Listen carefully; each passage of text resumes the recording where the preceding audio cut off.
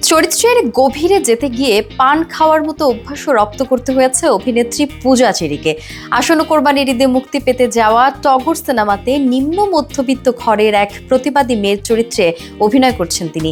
সেই চরিত্রে বাস্তবতার ছোঁয়া আনতে এক পর্যায়ে নিজেই যুক্ত করেছেন পান খাওয়ার বিষয়টি।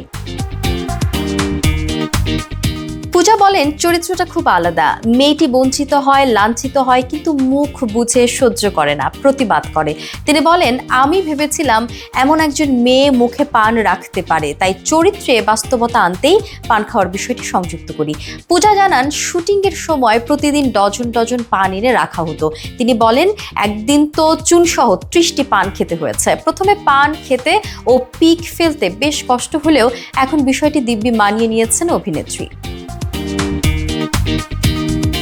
এরই মধ্যে সিনেমাটির 100% দেশি শিরোনামের আইটেম গানটি প্রকাশ পেয়েছে, যেখানে আকর্ষণীয় লুকে ও দুর্দান্ত নাচে দর্শকদের নজর কাড়ছেন পূজা। তিনি বলেন, গানটি আমার ক্যারিয়ারের অন্যতম কাজ।